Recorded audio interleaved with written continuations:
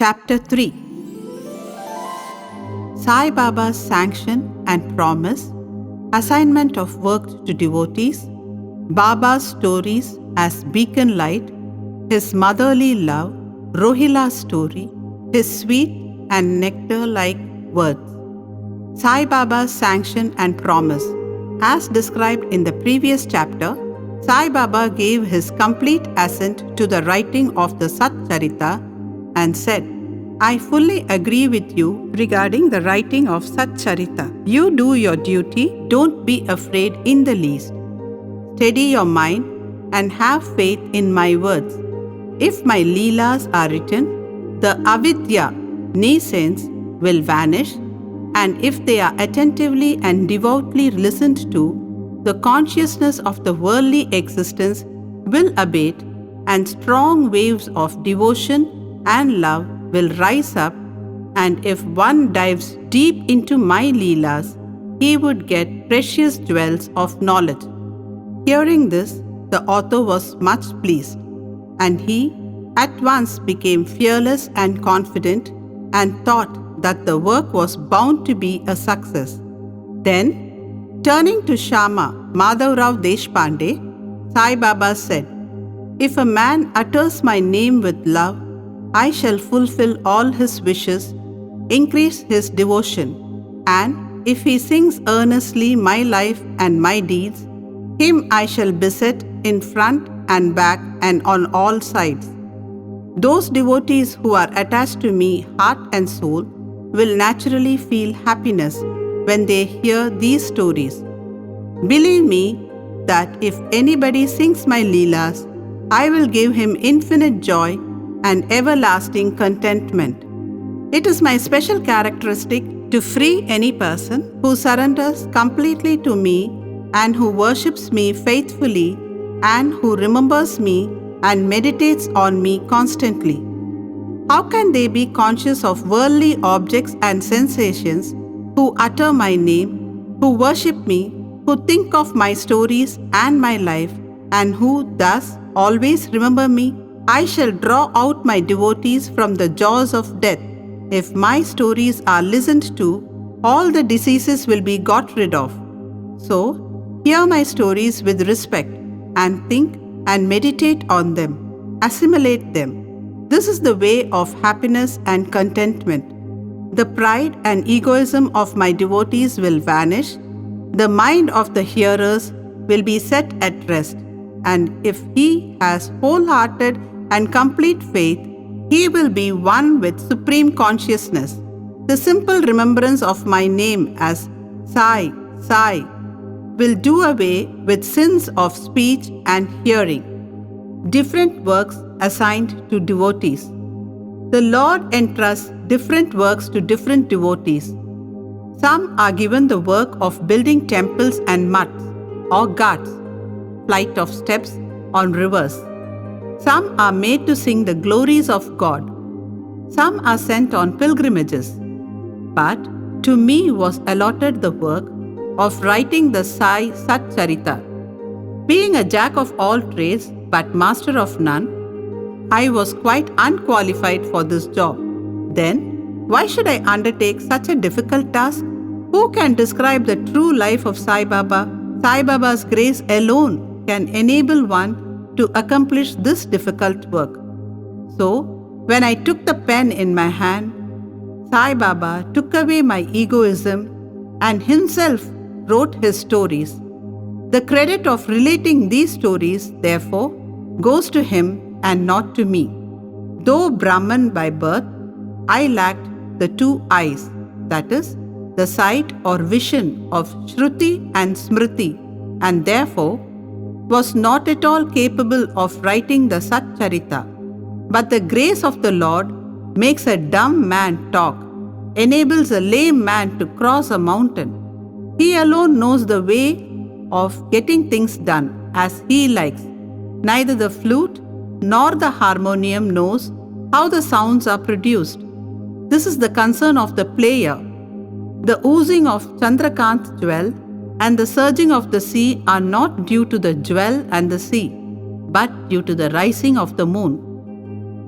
Baba stories as beacon light. Lighthouses are constructed at various places in the sea to enable the boatmen to avoid rocks and dangers and make them sail safely. Sai Baba stories serve a similar purpose in the ocean of worldly existence. They surpass nectar in sweetness and make our worldly path smooth and easy to traverse. Blessed are the stories of the saints when they enter our hearts through the years. The body consciousness or egoism and the sense of duality vanish, and when they are stored in the heart, doubts will evade, pride of the body will fall, and wisdom will be stored in abundance. The description of Baba's pure fame and the hearing of the same with love will destroy the sins of the devotee, and therefore, this is the simple sadhana for attaining salvation. The sadhana for Krita age was Samadhama, tranquility of mind and body. For Treta age, sacrifice. For Dwapar, worship. And for Kali, present age, it is singing of the name and glory of the Lord.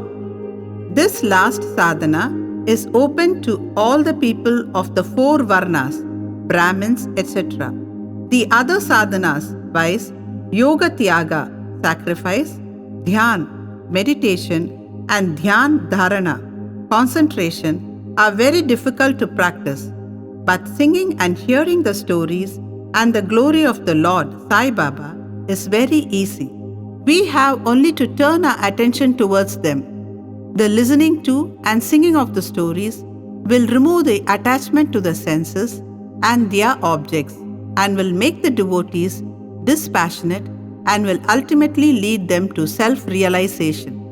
With this end in view, Sai Baba made me write his stories as Satcharita. The devotees may now easily read and hear these stories of Sai Baba, and while doing so, meditate on him, his form, and thus attain devotion to Guru and God, Sai Baba, get dispassion and self-realization. In the preparation and writing of this work, Satcharita, it is Sai Baba's grace which has accomplished everything, making use of me as a mere instrument. Motherly love of Sai Baba. Everybody knows how a cow loves her infant calf. Her udder is always full, and when the calf wants milk and dashes at the udder, out comes the milk in an unceasing flow. Similarly, a human mother knows the wants of her child beforehand and feeds him at her breast in time. In case of dressing and adorning the child, the mother takes particular care to see that this is well done.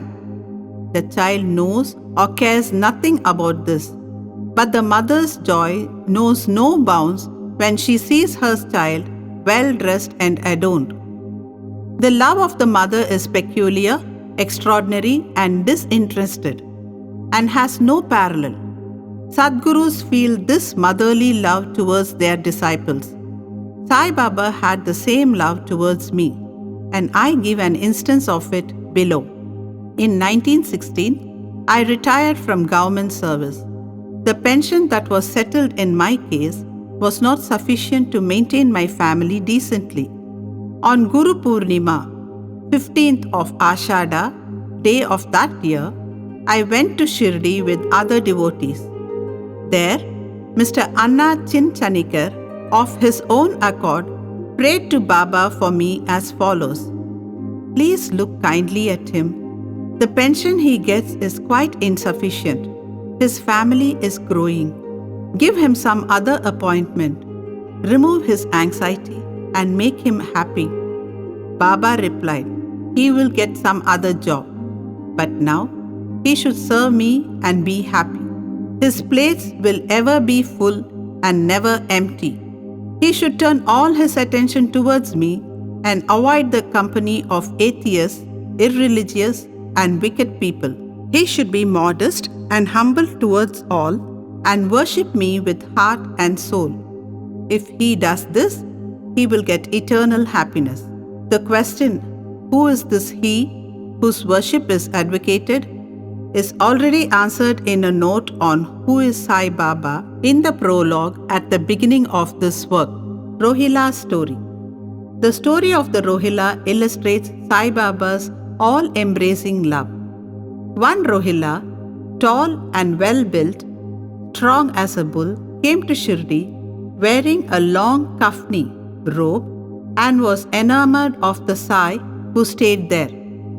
Day and night he used to recite in a loud and harsh tone the Kalma, verses from the Holy Quran, and shout, Allahu Akbar! God is great. Most people of Shirdi were working in their fields during the day, and when they returned to their homes at night, they were welcomed with Rohila's harsh cries and shouts. They could get no sleep and felt much trouble and inconvenience. They suffered this nuisance for some days in silence, and when they could stand it no longer, they approached Baba and requested him to check the Rohila and stop the nuisance.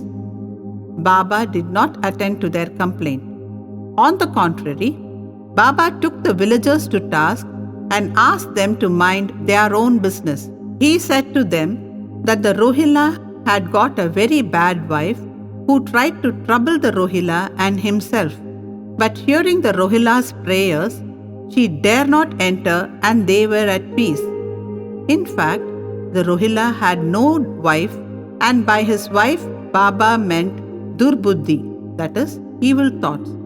As Baba liked prayers and cries to God better than anything else, he took the side of the Rohila and asked the villagers to wait and bear with the nuisance, which would abate in due course.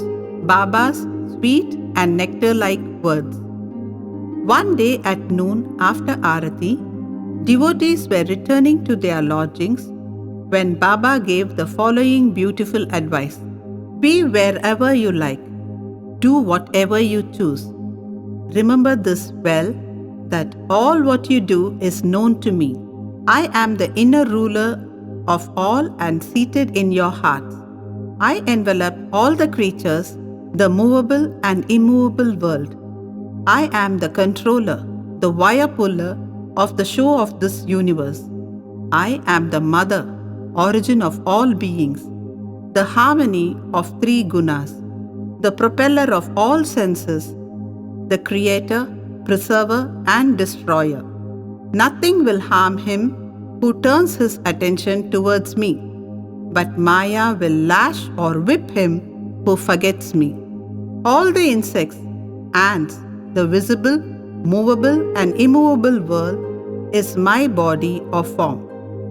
Hearing these beautiful and precious words, I at once decided in my mind to serve no man henceforth but my Guru only. But the reply of Baba to Anna Chinchanikar's query, which was really mine, that I would get some job, began to revolve in my mind, and I began to think whether it would come to happen. As future events showed, Baba's words came true and I got a government job, but that was of short duration. Then I became free and devoted myself solely to the service of my Guru, Sai Baba. Before concluding this chapter, I request the readers to leave out the various hindrances, vice, indolence, sleep, wandering of mind, attachment to senses, etc., and turn their whole and undivided attention to these stories of Sai Baba. Let their love be natural. Let them know the secret of devotion. Let them not exhaust themselves by other sadhanas. Let them stick to the simple remedy, that is, listening to Sai Baba's stories. This will destroy their ignorance and will secure for them salvation. A miser may stay at various places, but he constantly thinks of his buried treasure. So, let Sai Baba be enthroned in the hearts of all. In the next chapter, I shall speak of Sai Baba's advent in Shirdi. Bow to Shri Sai, peace be to all.